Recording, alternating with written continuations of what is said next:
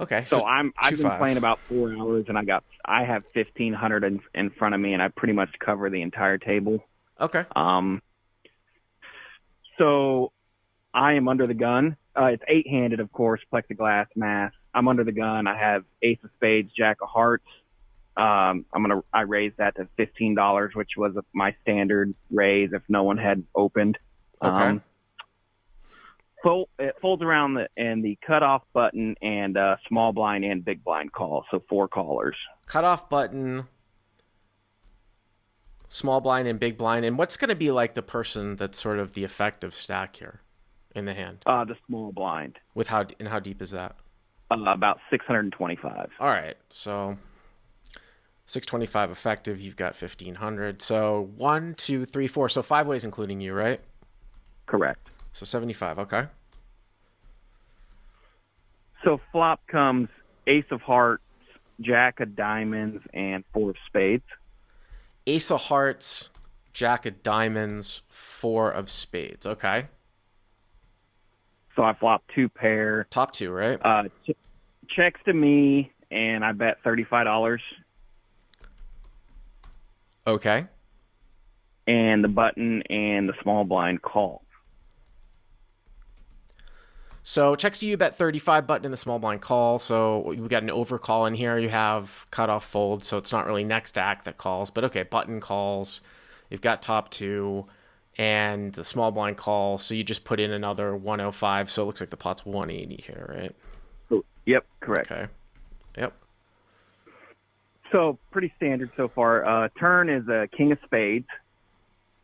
Okay. So this is interesting here because whenever you get into a situation where you have a lot of the thick value, and this is usually like the best example would be on a board like this with top set, right? Like if you had top set aces on ace jack 4, and then you get call, you have to start thinking, all right, obviously I know that you don't have top set, and there's obviously 4 aces in the deck, but you cover the board a lot, right, with top 2. So you have to start thinking about, it's like, what am I getting called by in 2 spots here? So if you had ace, right, and there's only 1 ace left, obviously both people couldn't have an ace. I mean, here it's possible. But you have to start to go down the road, and it's like, oh, I'm going to have to be wary of the possibility of Broadway straight draws. So I would just think about this right off the top. I'd be like, I'm going to be looking if a 10 or a king come in here and something happens, because when it goes call, that starts to get skewed into somebody's range. I'm not saying that I'm not going to continue to bet. I'm just saying that you have to be wary of it, you know? So turns a king, right. Ace, jack, 4, king. Okay. Yep. Small blind checks. Yep. I bet 60, 1/3 pot. Okay. Button immediately folds. Okay. And small blind raises to 125. Oh, wow. So small blind makes it 125.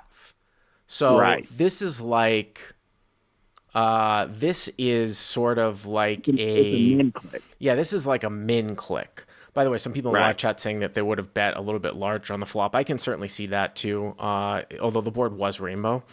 But, you know, we talk about this, like the theory is you go smaller multi-way, but like in live games when people are V-pipping like really wide, you want to get the most amount of value. I mean, you bet 35 and a 75. It's not that small, right? I'm talking about on the flop. But here we've got this, we got a min click here, and this is troublesome because this is almost gauging, it's almost wanting some, I can't even imagine a hand here that, like, this just screams queen 10 to me.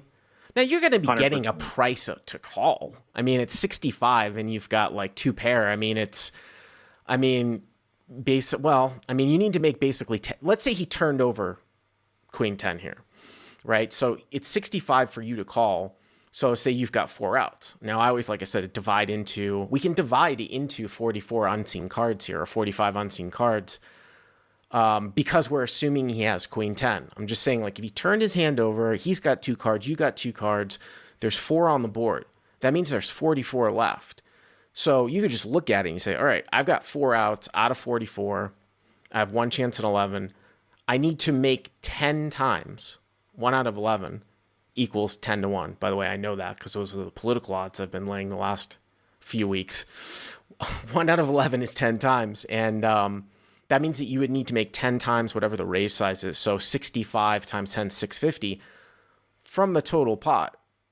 So when you're betting 60 into 180 and he makes it 125, that means the pot's already 365, right? You need to make 650. Right. So the question is, can you make another, say, like 325 or 350? And you probably can with what is left in the stack. And I think he's going to pay off. Obviously, if you had a set, it's a really, really easy call, right? You could perhaps say if he actually raised larger, you could make a really exploitable fold. I'm not going to fold for a min raise, but Queen 10 screams out at me here. Right. And I thought that's what he had, which makes my river play maybe sound stupid, but. Oh, wait a minute. Let's see what happens here. Some people are saying, oh, he could have King Jack to raise to 125. That's why I think that like a lot of these other value hands that he might even have been slow playing on the flop, like for example, pocket fours, they don't min click the turn here. I don't think really. They don't. I mean, I get there's a backdoor spade draw out here too, right? Right. Anytime I see a min click live, I immediately think it's the nuts. Has to be the nuts. You also have the ace of spades in your hand. Not that someone's going to min click like ace 5 of spades. I think that would be dumb, but okay. So he makes it 125. So you've put in 250 on the turn. So now the pot's 430, right? Right? Yeah, 430. You're right. 250, right? 250 on the turn. Yeah, 430. Okay. All right, let's go to the river. So the river is an 8 of spades, completing the spade draw. So the river's the 8 of spades, so it completes the spade draw. Again, you've got the ace of spades in your hand, right? Right. Yeah. Okay. So the villain, he quickly checks. So I'm thinking, and I'm like, well, I'm pretty sure he has Queen 10, and he checks. So I tank for probably 30 seconds, and I shove. I'm going to put some pressure on him. So you're turning ace jack with the ace of spades into a bluff? Correct. Yeah, I don't like it. I don't like it. I mean, here's the thing. Like, I would almost like it more. I was going to say, if you were up against competent, because it's a back door too, man. It's not even a front door. If you were up against competent competition that would be capable of folding, what you could do with your hand is if, for example, I'm going to give you an example of a bluff that I would like much, much more, but I still don't even know if I would pull it here in this spot. Let's say the river was a king and he checked.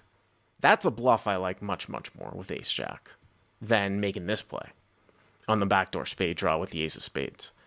And even still then, and you're going to get called by a lot of Queen 10, but I feel like the king pairing is actually scarier in this particular scenario than the backdoor spade. It's just not going to happen. I didn't know from your email whether you thought that you were going too thin, because I do think, I mean, like I said, I'm sort of the thinnest value. I try to consider myself one of the thinnest value bettors in the world, but if we work this hand through, I think that this just becomes a sort of a trivial check behind here.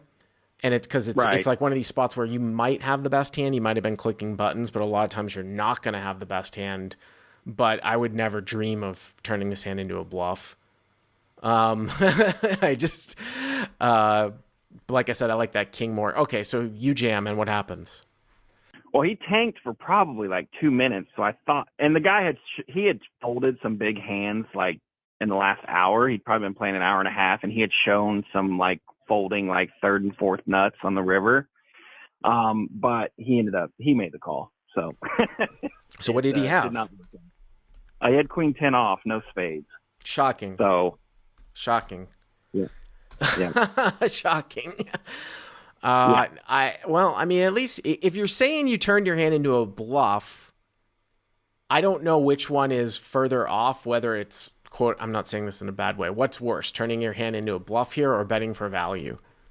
Because like I said, I always try to teach people to bet for value, but I think in either situation here, I think you can see how this leads to problems, right? What the issues are. Right. So, anyways, I appreciate it. Thank you very much for the call. All right. If you like what you've seen here, please hit the subscribe button. And if you enjoyed this call-in hand, hit the like button down below. To check out crushlivepoker.com, click on the link in the description. Use the code YTA300 to get the first 30 days for free.